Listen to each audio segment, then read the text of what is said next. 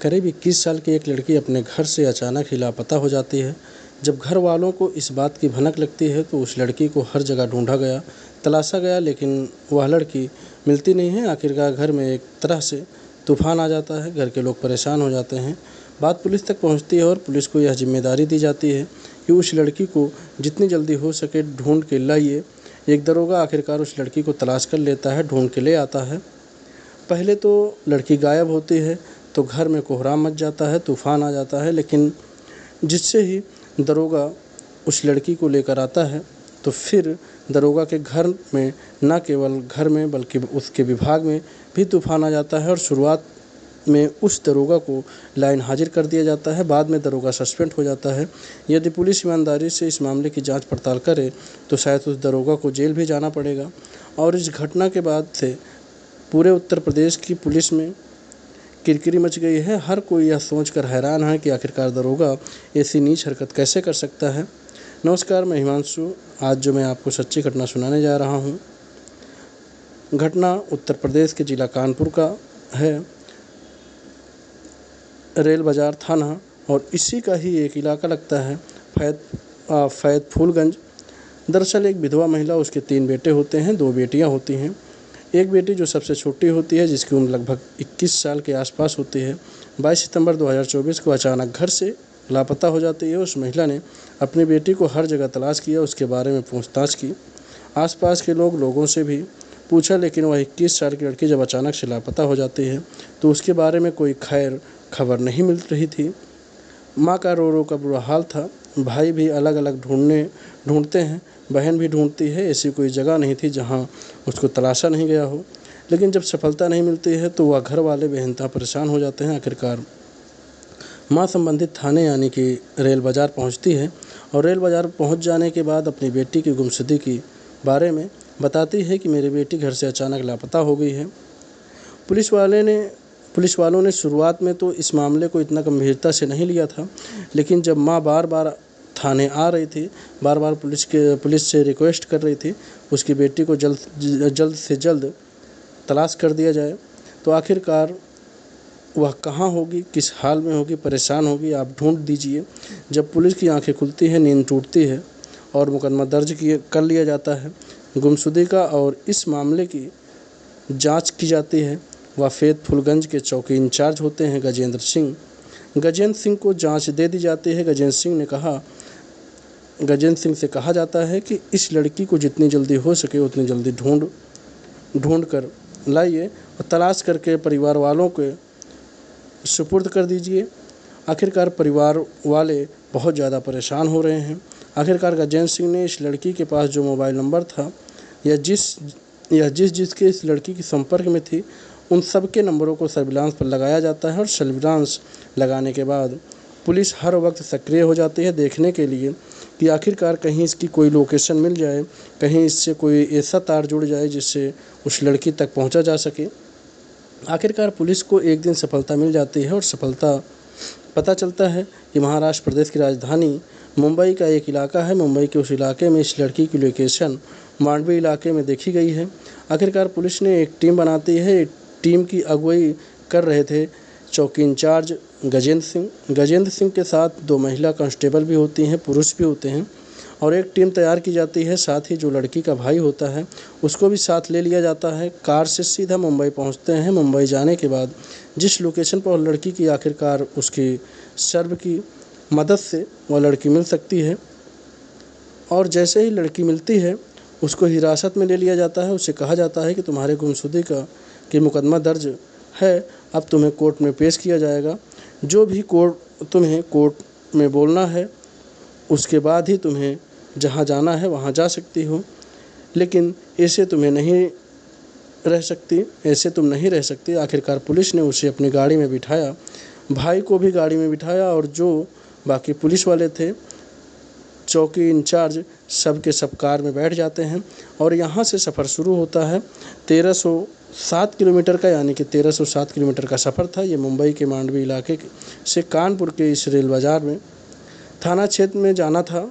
गाड़ी स्टार्ट हो जाती है। जैसे गाड़ी स्टार्ट होती है, उस पुलिस वाले की जो नज़र थी इस लड़की पर कुछ टेढ़ी नज़र पड़ जाती है, यानी कि देखते ही देखते उस लड़की को इस तरह का कि उसकी आँखें कुछ बता ही रही थी। भाई भी शायद समझ रहा था, बहन भी समझ रही थी, बाकी लोग भी समझ रहे थे, लेकिन वह बड़ा अधिकारी था, उन सब में किसी के कहने की कुछ हिम्मत नहीं थी। अभी गाड़ी चलकर 182 किलोमीटर ही चली थी, यानी कि नासिक पहुँचे थे मुंबई से। और जैसे ही मुंबई से नासिक पहुँचे थे, गाड़ी रोक ली जाती है। लड़की के भाई से कहा जाता है कि तुम्हें उतरना होगा और हमें एक और लड़की को बरामद करना है। लड़की हमें झांसी मिलेगी, आप एक काम करो, यहाँ से सीधा घर पहुँचो और फिर जाकर मुलाकात करते हैं, बातचीत करते हैं, कोई दिक्कत परेशानी आए तो बताना। लड़का बार बार कह रहा था कि साहब समझने की कोशिश करो, बहन है मेरी, लेकिन पुलिस वालों से उसे डराया धमकाया, कहा जैसे कह रहे हैं वैसा करो क्योंकि हमें और भी काम करना है। वो लड़का कुछ कर नहीं पाता है और एक रेल का टिकट लेता है। टिकट लेने के बाद सीधा कानपुर की तरफ से सफ़र चलने लगता है। लड़की साथ ही दरोगा उसके साथ जो और पुलिस की टीम के सदस्य होते हैं वो सब बैठे हुए थे इत्मीनान से। तभी उस दरोगा के मन में अचानक से एक गंदे ख्याल आने शुरू हो जाते हैं और उस लड़की के तन को अलग अलग हिस्सों पर छूना शुरू कर देता है। इसलिए उससे अश्लील बातें करने लगता है। लड़की विरोध करती है तो उसको फिर बुरी तरह से डराया जाता है, धमकाया जाता है। उसने जो यह इतने दिन तक गायब रही उसके बारे में यह कुछ नहीं कहा गया। वो लड़की शांत हो जाती है। तभी आगे जो एक महिला सिपाही बैठी हुई थी उसने कहा कि सर आप ऐसी बातें क्यों कर रहे हैं, आपको यह बातें करना शोभा नहीं देती। आप और हम लोगों को सबको एक जिम्मेदारी दी गई है कि हम अपनी ड्यूटी करने के लिए यहाँ पर आए हैं। आप इस लड़की के साथ इतनी गंदी इतनी भद्दी हरकतें क्यों कर रहे हैं। जैसे ही महिला सिपाही ने ये बात कही दूसरे सिपाही के अंदर भी हिम्मत आ जाती है। वो भी दरोगा से कहता है कि साहब आपको यह सब करना अच्छा नहीं लगता है, आप ऐसा मत करो। दरोगा ने महिला सिपाही को भी डांट दिया, जो दूसरा कांस्टेबल होता है उसको भी डांट दिया और फिर से वो अपनी हरकतों में आ जाता है और अपनी हरकतों को शुरू कर देता है। सफ़र शुरू होता है 182 किलोमीटर का साफ सुथरा सफ़र ख़त्म हो चुका था, लेकिन पुलिस वाला चाहता था कि ऐसा कुछ हो जाए कि लेकिन एक 1125 किलोमीटर के जो सफ़र था नासिक से लेकर कानपुर तक, उस लड़की की ज़िंदगी का सबसे बड़ा दुर्भाग्य, सबसे बुरा सफ़र था। क्योंकि उसको बार बार उसको टॉर्चर किया जा रहा था, उसको बार बार उसके शरीर को अलग अलग हिस्सों को छूने की कोशिश की जा रही थी, उस लड़की के साथ वो सब करने की कोशिश की जा रही थी। सभ्य नागरिक कभी भी सोच भी नहीं सकता कि ये सब हो जाता है। उसके बाद जब ये 10 अक्टूबर 2024 को कानपुर इनकी कार पहुंच जाती है, कार यहाँ तक पहुंचती है तो लड़की को मजिस्ट्रेट के सामने पेश किया जाता है। मजिस्ट्रेट के सामने जब लड़की पेश होती है तो बताती है कि जहाँ वो रहती है उसी मोहल्ले में एक लड़का रहता है, उस लड़के से उसे प्यार हो गया था, उस लड़के से वो प्यार करती थी और प्यार की वजह से ही वो अपना घर छोड़कर चली गई थी। वो अपनी मर्ज़ी से गई है। 21 साल उसकी उम्र है और इन्होंने कोर्ट मैरिज कर लिए हैं। उस लड़के के साथ ही रहना चाहती हूँ, अपनी माँ या भाइयों के साथ रहना नहीं चाहती। मजिस्ट्रेट के सामने जो बयान दिए जाते हैं, क्योंकि लड़की बालिग थी, कानून भी यही कहता है कि 21 साल के बाद लड़की या 18 साल के बाद वह फैसला ले सकती है, कहीं भी जा सकती है। जज ने जैसा उससे कहा वैसे ही उसने कर दिया। इसके बाद उस लड़की ने अपने भाई से रास्ते की यानी कि लगभग 1125 किलोमीटर के सफ़र में उसने जो परेशानियां झेली थी, दरोगा ने जो उसके साथ अश्लील की थी, बदतमीज़ी की थी, उसको छूने की कोशिश की थी, बैड टच किया था, उस सब के बारे में बताया। भाई को बहुत ज़्यादा गुस्सा आता है, पुलिस अधिकारियों के पास जाता है, लेकिन पुलिस वाले उसे झटक देते हैं, जाने के लिए कह देते हैं। लड़का शांत हो जाता है। उसके बाद फिर से कोशिश करता है। उच्च अधिकारी तक बात पहुंचती है। मामला जब उच्च अधिकारियों में पहुंचता है तो चारों तरफ कानाफूसी शुरू हो जाती है। जो साथ गए थे उनसे पूछा जाता है क्या इनमें कुछ सच्चाई है, जिस तरह के आरोप लग रहे हैं, क्या यह सही है कि नहीं है। लेकिन उन्होंने ईमानदारी से जो सच था उसको कबूल कर लिया। यह मामला कहीं ज़्यादा हाईलाइट ना हो जाए, इसलिए चुपचाप उस दरोगा को 15 अक्टूबर 2024 को लाइन हाजिर कर दिया ताकि मामला शांत रहे। लेकिन धीरे धीरे कहते हैं कि दीवारों के भी कान होते हैं। इसी बात इतनी चली कि सोशल मीडिया पर हाईलाइट हो गई, बात इतनी चली कि अखबारों में प्रकाशित हो गई, बात इतनी चली कि बड़े बड़े मेम स्ट्रीम के वेब पोर्टल में ये खबर चलने लगी। एक दरोगा ने किस तरह से एक लड़की के साथ अश्लील हरकत की, उसको बैड टच किया, उससे भद्दी भद्दी बातें की। पहले की मामला ज़्यादा हाईलाइट होता है। 21 अक्टूबर 2024 को उस दरोगा को सस्पेंड कर दिया गया और जैसे ही दरोगा सस्पेंड होता है तो उसके बाद फिर मामला और ज़्यादा हाईलाइट हो जाता है। अभी ज़्यादा हाईलाइट होने वाला था कि इस दरोगा की एक और कहानी सामने पेश हो जाती है। दरअसल उसकी पत्नी होती है प्रियांशी चौधरी बड़े अधिकारियों के सामने पेश होती है और जाकर कहती है कि साहब, मैं अपनी एक कहानी बताना चाहती हूँ। दरअसल इस दरोगा, जिसका नाम गजेंद्र सिंह होता है, उसकी शादी प्रियांशी चौधरी से होती है 22 अप्रैल 2023 को। शादी के 1 महीने बाद वह अपने पति के साथ कानपुर रहने लगती है और जो पति के असली रंग था वो रंग दिखने लगता है। किस तरह से उसकी गंदी सोच थी, किस तरह के उसके गंदे कारनामे थे, वो अलग अलग लड़कियों से बात किया करता था, किसी न किसी बहाने से बातचीत करता था। जब प्रियांशी चौधरी इस पर रोकथाम करने की कोशिश करती थी, उसे तो चाकू से डरा दिया जाता था, फिर उसकी कनपट्टी पे पिस्टल लगा दी जाती थी कि ज़्यादा ताका झाकी करने की ज़रूरत नहीं है। हाथ तो तब हो जाती है जब प्रियांशी का ही नंबर अलग अलग लोगों को डिस्ट्रीब्यूट कर दिया जाता है। वह बताती है कि कई महिलाओं के साथ इस व्यक्ति के अवैध संबंध हैं।